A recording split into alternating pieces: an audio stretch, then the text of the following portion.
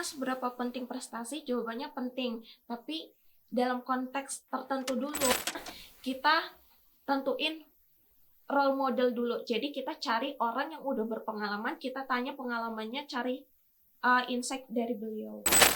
Universitas Miyazaki, Jepang. Jadi dari programnya itu ingin memperkenalkan bagaimana program S3 di Universitas Miyazaki.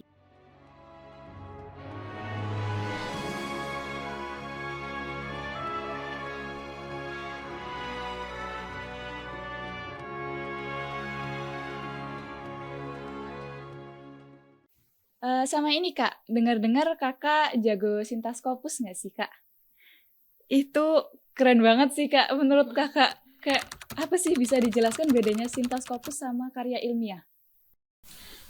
Sebenarnya aku nggak terlalu jago dan itu pun aku baru tekuni 1 tahun belakangan.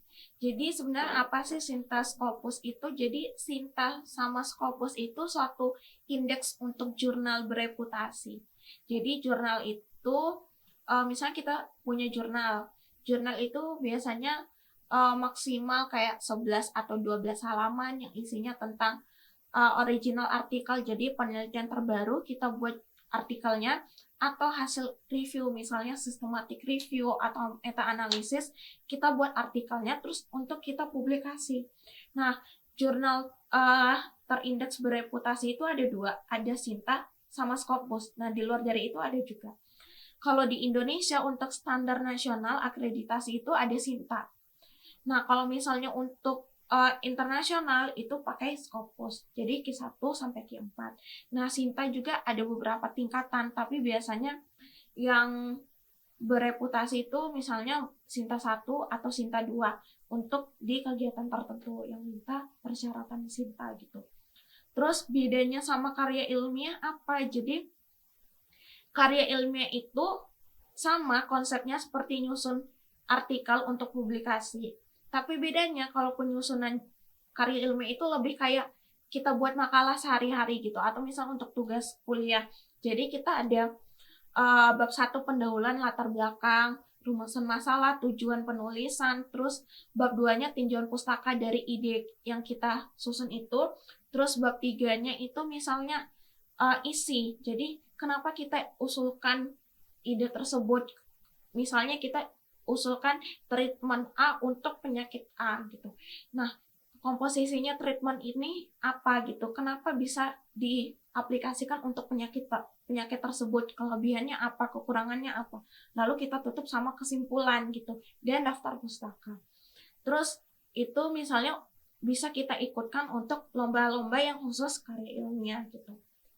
Terus sedangkan kalau untuk Sintaskopus karena formatnya artikel, jadi lebih ringkas, lebih simpel gitu. Jadi misalnya pendahuluan itu misalnya mungkin cuma 1,5 halaman. Terus metodenya gimana, hasilnya gimana, pembahasannya gimana. Jadi lebih ke tujuan kita nyusunnya untuk ke skop apa gitu. Kalau untuk lomba yang khusus karya ilmiah berarti kita nyusunnya sesuai format karya ilmiah. Tapi kalau kita untuk publikasi berarti kita tentuin, kalau misalnya untuk Sinta berarti pakai bahasa Indonesia. Kalau untuk Scopus berarti pakai bahasa Inggris gitu. Sebenarnya sama. Gitu. Terus gimana nih Kak caranya kita biar bisa publikasi Sintaskopus gitu kan, kayak cara-caranya gimana? Terus aku dengar-dengar juga ini kan kalau Sintaskopus itu perlu biaya yang cukup mehong gitu ya Kak. Itu beneran atau enggak sih Kak? Sebenarnya caranya dulu, jadi Sintaskopus itu kan kita mau publikasi artikel, dan mungkin teman-teman yang di rumah atau teman-teman yang di sini udah pernah lihat kalau artikel itu penulisnya pasti banyak, nggak mungkin cuma satu gitu. Nah, pertama kali aku ikut penulisan artikel untuk publikasi itu karena kewajiban untuk syarat akademis. Jadi misalnya aku ikut penelitian, misalnya penelitian skripsi atau untuk penelitian tesis gitu. Aku ikut penelitian tersebut, nah outputnya harus publikasi jurnal gitu. Nah, misal aku nyusun dan udah berhasil disusun, kan awal penelitiannya itu, awal penyusunannya karena berdasarkan penelitian dosen yang kita ikutin gitu. Nah, Jadi sewaktu nyusun itu dan untuk publikasi memang yang bertanggung jawab untuk membiayai adalah dosen yang bersangkutan. Nah, uh, for your information, jadi sebenarnya publikasi Sinta sama Scopus itu memang berbayar gitu. Ada yang range-nya dalam kisaran uh, kurang dari 5 juta, ada juga yang lebih dari 10 juta. Nah, sebenarnya penentuan biayanya itu berdasarkan apa? Jadi berdasarkan indeks reputasi jurnalnya sama waktu penerimaan jurnalnya. Jadi semakin tinggi indeksnya, misalnya Scopus itu ada Q1, Q2, Q3, Q4. Q1 itu paling tinggi, jadi makin tinggi Q-nya itu makin mahal juga. Terus Sinta pun begitu, makin tinggi Sintanya, makin tinggi Sinta 1 misalnya, berarti makin mahal. Terus yang kedua berdasarkan range waktu penerimaan jurnalnya. Jadi penerimaan jurnal itu bervariasi, ada yang cepat 2 bulan, ada yang cepat 3 bulan, ada yang 6 bulan, ada yang setahun juga gitu. Jadi makin cepat itu juga makin mahal gitu. Terus adakah semuanya yang berbayar gitu? Ada nggak yang gratis? Ada juga yang gratis, tapi itu waktu penerimaannya bisa setahun atau lebih gitu. Terus cara aku ikut publikasi artikel, nah awalnya itu karena aku ikut proyek dosen, jadi karena suatu kewajiban, jadi aku susun, terus bersama tim yang lainnya, terus publikasi, dan yang membiayai adalah dokter yang punya proyek gitu. Terus selanjutnya, misalnya aku nggak terlibat proyek penelitian dosen gitu, atau nggak ikut proyek penulisan artikel dari dosen, cara ikutnya gimana gitu biar bisa publikasi. Biasanya aku nyusun artikel dulu, jadi aku rekrut tim, kita mau bikin artikel tentang ini, pembahasannya tentang ini. Nah, misalnya kita udah buat tuh, udah jadi artikelnya, kita menanyakan ke dosen yang mau kita ajak, dokter, saya punya artikel gitu tentang ini, saya ingin publikasikan gitu. Dari dokter berkenan atau enggak, misalnya membantu kami untuk publikasi. Nah, biasanya kalau dokternya berkenan, jadi dokternya ikut juga di penulisan artikelnya. Jadinya biasanya dokternya jadi nama pertama atau dari artikelnya itu jadi corresponding author. Dan secara tidak langsung karena beliaunya ikut join, jadi nanti untuk fee-nya dari beliau yang membayar gitu. Jadi fleksibel dari kita, antara kita mau ikut proyek dosen atau dari kita buat proyek sendiri, nanti kita rekrut dosen. Jadi gak usah khawatir, oh publikasi Sinta Scopus itu harus bayar, kalau aku nggak punya dana gimana? Nah, kita bisa akalin dari tadi, antara kita rekrut dosen atau kita mencari dosen yang bisa kita ikutin. Nah, gitu. Jadi emang perlu koneksi ya Kak ya, baik ke teman-teman maupun ke dosen. Terus nih kan Kakak sendiri kalau nggak salah kan udah lulus S2 juga kan. Nah, kalau setelah aku baca-baca di LinkedIn-nya Kakak nih, kan Kakak bisa memanajemen waktu dari ikut organisasi yang tadi HMPD sama ISMKI itu. Terus juga bisa ikut lomba-lomba. Nah, nggak salah dengar nggak sih kalau Kakak itu IP-nya 4, sempat 4 ya? Nggak salah itu. Alhamdulillah pas S2 saya 4. Wah, Masya Allah. Gimana sih Kak caranya biar bisa mengelola waktunya itu dari yang Kakak bisa tadi katanya sempat bisa santai, padahal itu kan juga ada jaga, terus bisa mengelola stresnya, mengingat jadwal Kakak yang padat merayap gitu Kak. Gimana sih Kak? Sebenarnya lebih ke mindset kita, jangan terlalu lama kita bersantai. Karena kalau kita udah terlalu lama santai, pasti bawaannya mau kerja ini, kerja itu pasti malas gitu. Nah, aku waktu itu fokus utamanya pertama ingin ikut organisasi dulu sama jalankan di akademik. Jadi pas awal-awal kuliah preklinik itu aku bagi waktu, misalnya hari Rabu sama hari Jumat itu ada ujian topik. Nah, sedangkan hari Senin, Selasa itu ada rapat organisasi dan lain-lain, pokoknya kepentingan organisasi. Nah, secara nggak langsung itu dari awal kita udah di set hari Senin sama Selasa itu ada kegiatan organisasi, berarti sebelumnya kita harus persiapkan. Terus kita buat deadline kapan kita harus selesai untuk kerjakan tanggungan organisasi dan kapan kita harus selesaikan tanggungan untuk akademik. Karena aku pernah di suatu kondisi juga yang betul-betul plong, gak ada ikut kepanitiaannya udah selesai, jadi fokus akademik. Jadi kerasa beda. Kalau misalnya di suatu kondisi kita udah ada akademik sama organisasi, kita pasti terpacu. Ada deadline ini, harus kita kejar dua-duanya. Tapi pas kita udah gak ada organisasi atau kepanitiaan, pas jalanin akademik, kayak lebih terkesan santai, masih bisa ditunda. Jadi seterusnya aku buat target gitu. Jangan terset akademik aja gitu, karena pasti ujung-ujungnya kita menunda gitu. Ujung-ujungnya jadi deadlineer gitu. Tapi semakin sibuk kita, semakin pintar juga kita untuk mengatur waktu. Karena berdasarkan tadi, kalau misalnya ada lomba juga ya, lomba ini tanggal segini, persiapannya harus berapa bulan sebelumnya gitu. Target selesai belajarnya kapan gitu. Terus organisasi juga, kita buat timeline. Organisasinya ini, kepanitiaannya selesainya tanggal berapa. Terus akademik, timeline penting ujiannya tanggal segini gitu. Jadi kembali lagi ke kita. Intinya jangan buat diri kita semakin santai, karena semakin santai kita, semakin malas-malasan, semakin deadlineer juga. Jadi ambil jadwal tertentu, tapi jangan sampai memforsir diri dalam artian kerjanya pol-polan tapi istirahatnya juga kurang. Jadi ambil semampunya, ambil seporsinya. Dalam artian kalau misalnya ditawarin, ambil semampunya, ambil secukupnya, dan tolak secukupnya gitu. Jadi tetap seimbang. Gitu. Iya sih, sekarang kan apalagi kalau udah kuliah itu kan sering banget kita mikir, apalagi yang kasusnya kayak kakak gitu kan, waktu SMA belum organisasi kan pasti kayak, ini kayaknya seru deh ikut ini.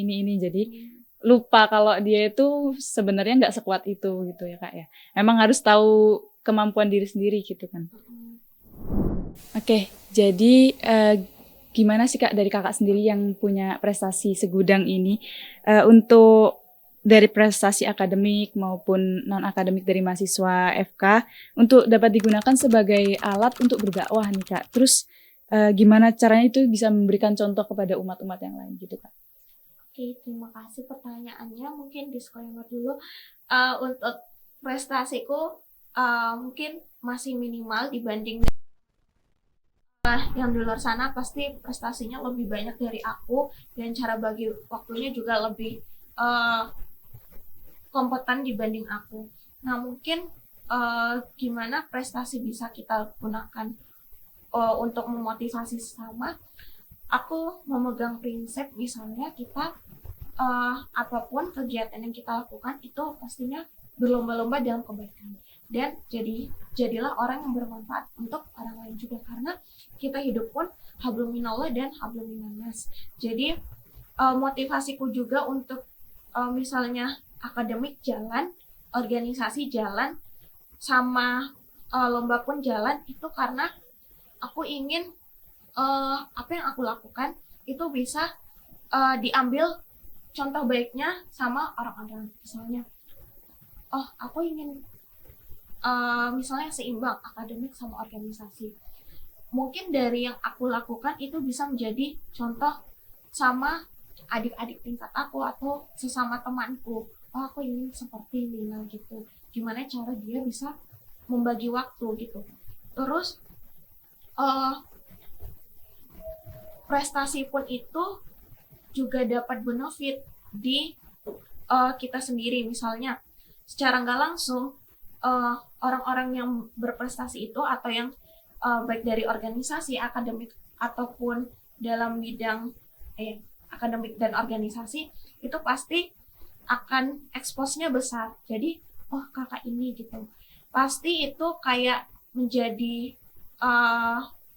role model untuk orang-orang. Jadi secara nggak langsung derajat kita diangkat gitu. Jadi aku ingin menunjukkan, semakin kamu menuntut ilmu, semakin kamu membagi waktu, secara nggak langsung derajatmu itu akan diangkat oleh Allah. Jadi pastinya akan memberikan insight juga ke yang lain. Aku ingin belajar lebih baik. Aku ingin lomba, setidaknya cari pengalaman biar aku bisa memberikan uh, gambaran ke yang lain biar untuk ikut seperti aku juga gitu.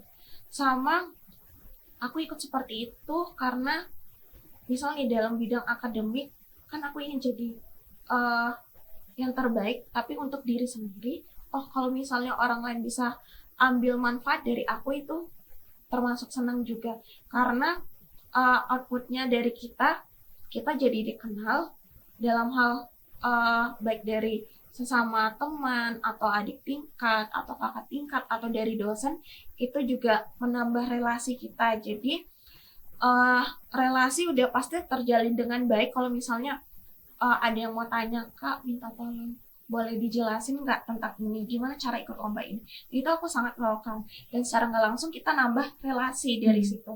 Terus dari manfaat diri kita sendiri juga, kita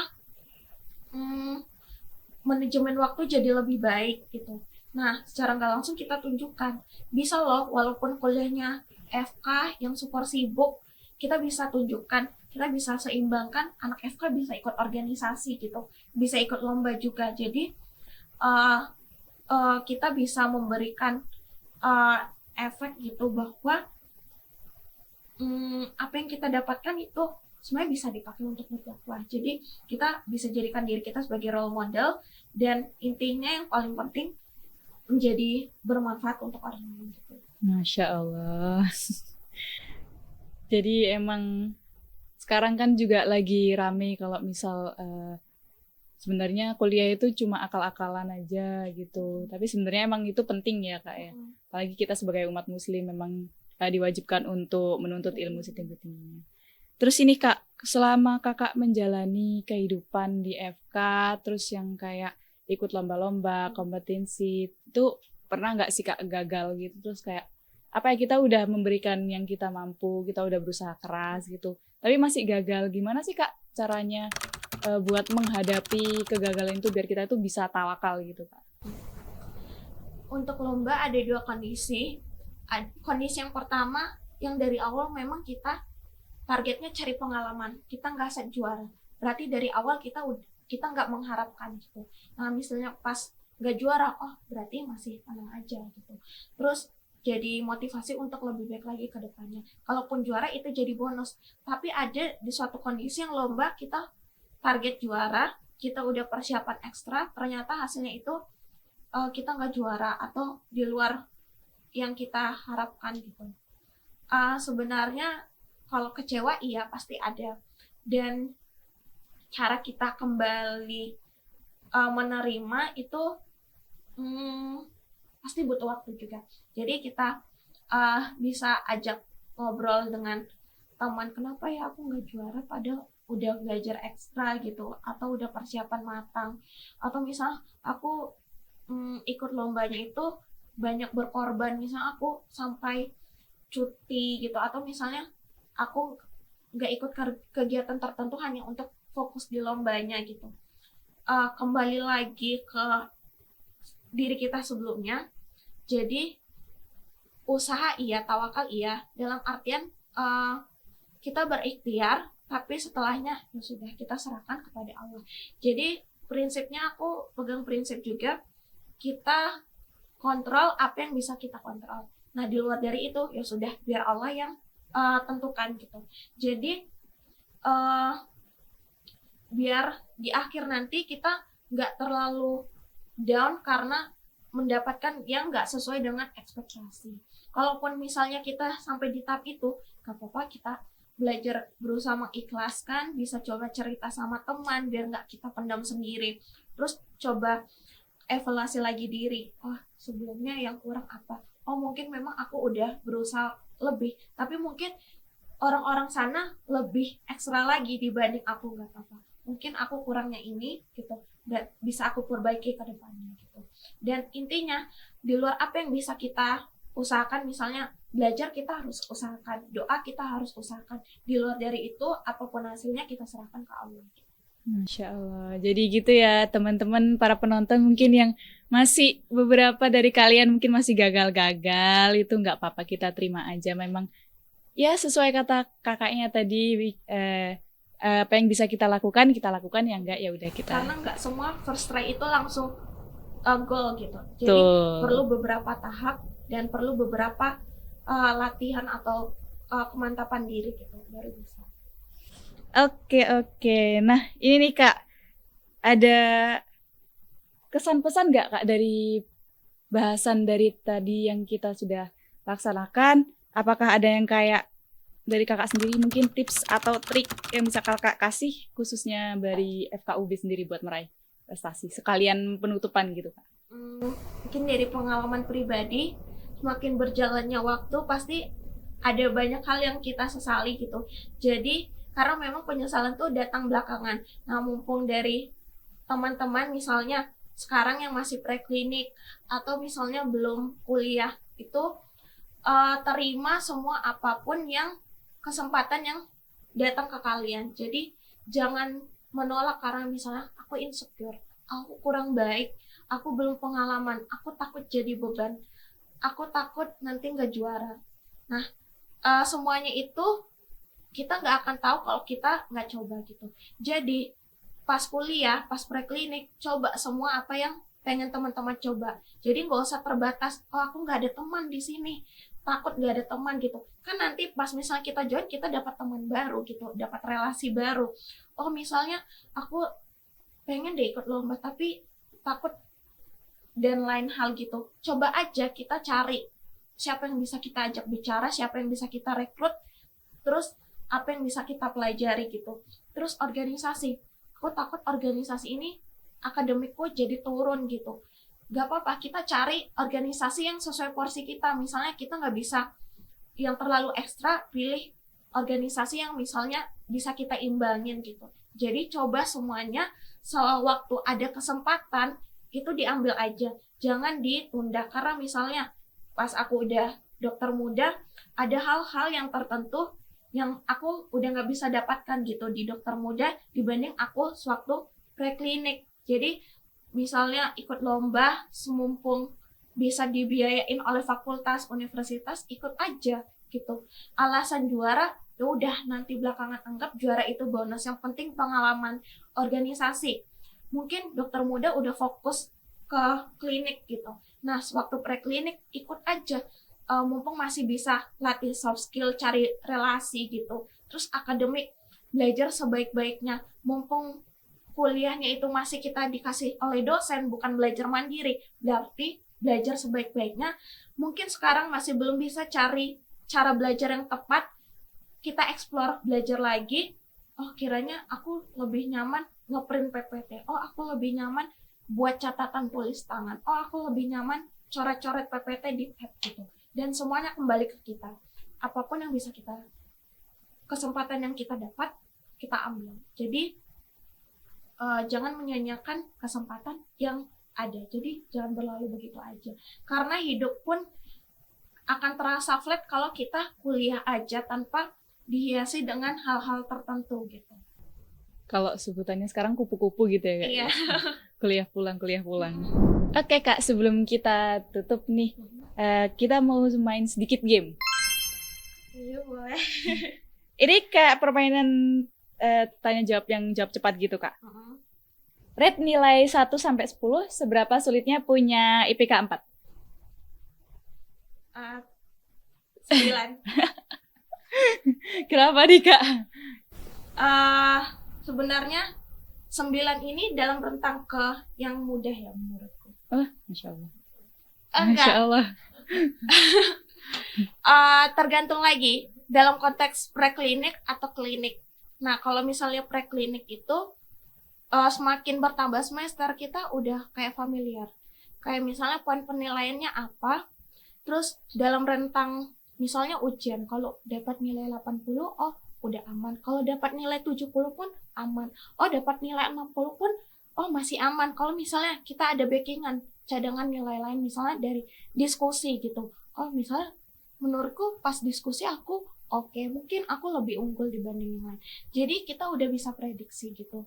Misalnya karena poin penilaiannya pun ada banyak kan, jadi kita bisa menutupi kekurangan yang kita nggak bisa itu di poin penilaian yang lain. Misalnya dari OSCE, oh dari teman-teman lebih enak belajar yang praktek gitu, yang ngomong langsung. Nah mungkin teman-teman bisa kejar di nilai OSCE untuk nutupin nilai yang lainnya. Jadi untuk dapat nilai A pun itu masih dalam batas yang mungkin gitu, karena nilai A pun 80 ke atas gitu.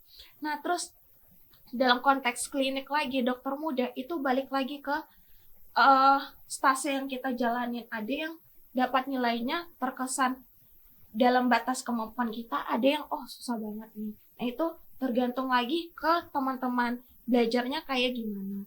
Tapi untuk dapat nilai IP 4 itu menurutku gak mustahil, asalkan dari teman-teman udah familiar poin penilaiannya kayak gimana, selama 1 semester ke depan topik ini belajarnya kayak gimana. Kalaupun misalnya sulit, aku harus nyiapin strategi, misalnya harus belajar buat rangkuman misalnya sebelum ujian itu. Jadi anggapan aku udah belajar kalau rangkumanku udah selesai, jadi belajarnya lewat rangkuman. Atau misalnya matkulnya easy gitu, berarti anggapan kita luangkan di matkul itu, berarti kita bisa fokuskan ekstra di matkul yang lebih sulit gitu. Jadi kembali lagi ke kita. Sebenarnya IPA 4 itu semuanya bisa dicapai asalkan strateginya tepat gitu. Baik. Terus rate nilai 1 sampai 10 seberapa sulit survive di FK? Seberapa sulit tergantung lagi. Kalau menurutku 7.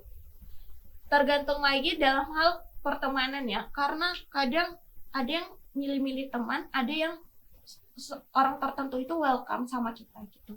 Jadi karena lingkungan pertemanan itu mendukung, misalnya kita mau belajar, tapi lingkungan pertemanan kita, kamu ambis jangan belajar lah gitu, aku aja nggak belajar gitu. Nah, toxic kan, tapi ada juga teman yang mendukung. Misalnya aku nggak bisa, mau nggak belajar bareng aku, jadi kita belajar bareng juga. Ada yang juga udah OP gitu, aku bisa, mau nggak kamu aku ajarin gitu. Jadi lingkungan pertemanan, terus survive juga dari orang sekitar, misalnya lingkungan kos ya.